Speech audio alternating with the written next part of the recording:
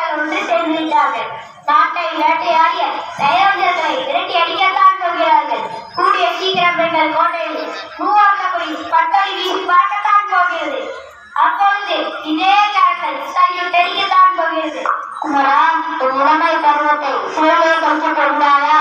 தள்ளாடும் வயதிலே கையில் கோடு புறப்பட்டுள்ளார்கள் காந்தி என்றால், இந்த வயதிலே கொஞ்சம் வயது வீட்டிலே கிடக்க நாங்கள் என்ன கோடைகளா?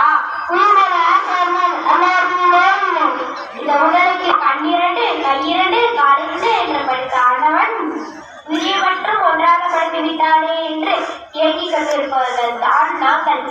எங்களுக்கு மட்டும் பல உயிர்கள் இருந்தால் இந்த நாட்டு விடுதலைக்காக அடுத்தடுத்து கொடுத்து கொண்டே இருப்போம்.